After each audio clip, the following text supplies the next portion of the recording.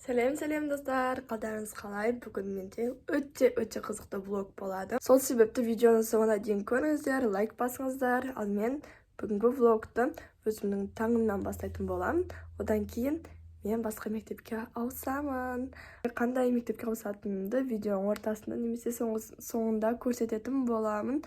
Ал қазір менің рутинам болады. Таңғы сосын мектепке барып, мамам екеуміз документтерімізді аламыз. Одан сол мектепке барып документімді өткізіп, сразу сабағымды сол жерде бастайтын боламын. Сағат бізде қазір 9:30. Мен бүгін сабаққа бармадым. Барғым келмеді. Сосын бәрібір бүгін документ аламын, сондықтан бармай-ақ қояйын дедім. Мамамен бірге барамыз. Қазір 10-ға таман, одан 11-ге таман мен уже басқа мектепте болатын боламын. Вот достар, мен мектепке келдім. Енді апайға жолығайын деп отырмын. Достар, біз міне шықтық. Мектептен бәрімен қоштасып, қыздардың бәрімен құшақтасып, прям олар мені жібергісі келмей. Даже апайым да мені жібергісі келмей, не үшін кетіп бара жатсың, қалсаңшы деп.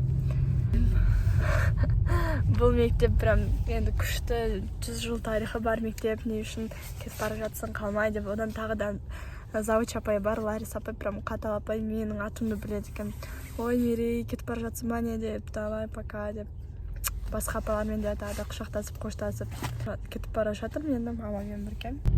Енді мен өзімнің болашақ мектебіме бара жатырмын.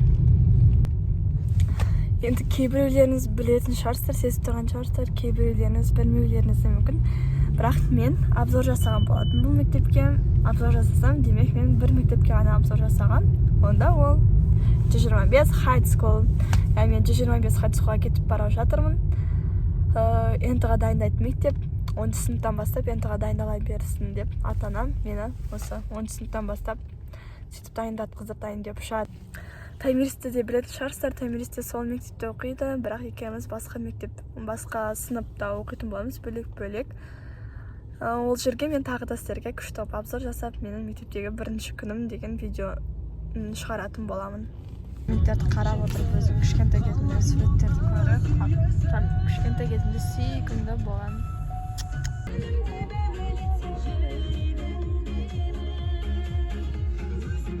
Міне достар, біз де келдік. Яқтар қыздар тұр, что-то біздің сыныптағы қыздар сияқты.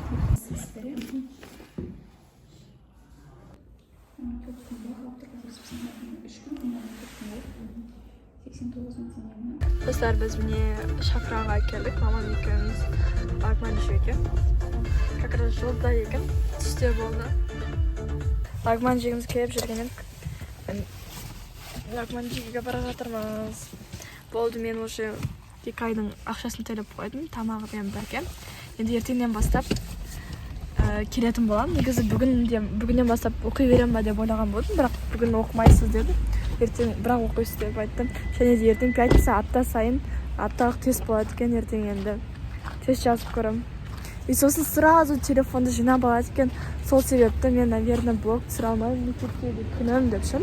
125 деген бір күнім деп. Қорқынышты ғана.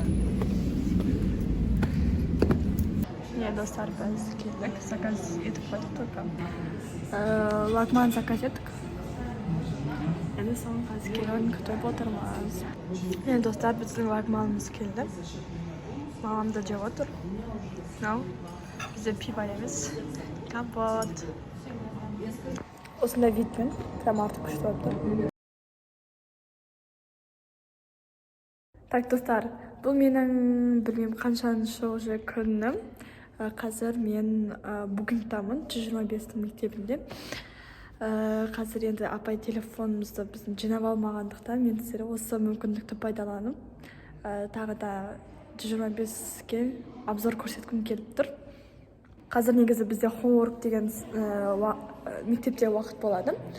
Оны біз ештеңе істемей, үй жұмысын жасап, сөйтіп отыруға болады. Сондықтан біз қазір шығып кетіп. Біз 3-ші сонда подвалдамыз. Бұл жерде букинг болады. Қазір барлығы әлі бітпеді, ремонт. Енді тоқтай кішкене обзор көрсетейін деді. Міне осы жақтан біз кіреміз. Мына жақта бір адамның түрі. Жақта отырып, прям не істеуге болады. И мына жер тоже прям күшті болайын деп жатыр. Бірақ мына қатты сыймайсың ғой. Бір әрең кіресің. Одан кейін мынау ашылуына өстіп жасап жатыр екен. Мынау енді сахна сияқты, типа. Жақта біреулер десең. Біреу емес. Мына свет енді күшті екен. Маған ұнады мынау. Ойна, қалай отырасың? Міне достар, мен жақта почти отырмын. Әрең отырасың ғой жақта. Әрең сиясың. 125-дегі менің өз ойым. Енді осы жақта 4 күн оқыдым. 4-5 күн оқыдым. Енді, жақсы тамақтар маған өте ұнайды. Если возможность болып отса, мен түсіретін боламын бүгін. Және де мен ютубқа көп видео салмай кеттім. Сіздерден кешірім сұраймын. Осы 125-ке ауысқалы бері нагрузка өте көп. Енді осы 2 жылда мен НТ тапсыратын боламын. Сол себепті подготовканы қатты күшейтуім керек. Сол себепті кейде ютубтаға видео салуға, ютуб каналыма көңіл бөлуге уақытым болмай жатыр. Оны өйтіп монтаждау керек болады, түсіруден бөлек обложка барлығын жасап, сіздермен бірге отыру керек болады. Сол себепті осы жақын арада тағы да түсіруге салуға боламын. Сіздер комментарияға жазған боласыздар, осындай идеяларды қосып, оларды енді демалыста түсіруге тырысамын, бірақ уәде де бере алмаймын. Сөйтіп енді бірақ ютубты тастағым да келмейді, сол себепті анда-санда салып тұру мүмкін. Енді жиі салуға да әрине тырысамын. Енді тапсырып болған соң енді қатты қолыма аламын, немесе жазда енді оқымайтын шығармын, 125-те кішкене демалып. Енді жазда қатты қолыма алып, видеолар түсіретін боламын. Вот маманя асқананы. Мен барын сүйінен өші апай, асан зұнда Достар, біз мен гардеробқа баратырмыз, курткаларымызды алуға. Бізде сабақ 5:30-ға дейін болды. Қазір енді үйге барамыз дегенше 6:30 болады. Сосын почти біз ғана ғой. Біз міне асханаға бара жатырмыз.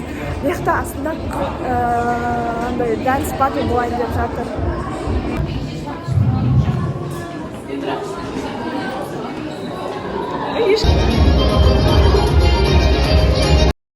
Дәл осы кезде біздің мектепке дәстүр фильмін білетін шығарсыздар. Соның басты кейіпкері Нұрай біздің мектепке қонаққа келген болатын. Айша деген басты кейіпкерді ойнадым. Менің кейіпкердің бірі, себебі ол жерде Голодомор жайлары бар. Қазақ халқының бұрынғы мен қазіргі кезін қосындысы. Біраз күн бұрын Малика 18 жасқа толған болатын. Соған Бота, Алима, сымбаттар келген. Мен оны бірақ толықтай влог қылдыртып шығара алмадым. Сондықтан осындай отрывын ғана көрсеңіздер болады. Тағы да мектеп оқушылармен бірге біз 2016 жылдың кезіндегі танымал челлендждарды TikTokқа қайталап түсіруді шештік.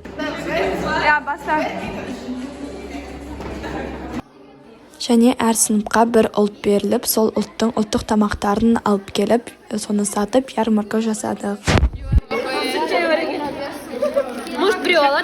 Біздің сыныпқа қазақ ұлты түскен болатын. Мен ірімшік алып келген, және де біздің сынып осы ярмаркадан 42 000 теңге пайда тапты.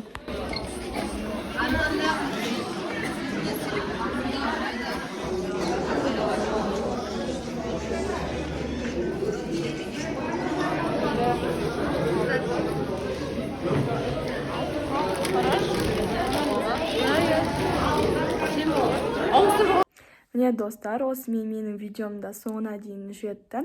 Видеомды соңына дейін көргендеріңізге көп рахмет. Лайк басып, комментарий қалдыра кетіңіздер.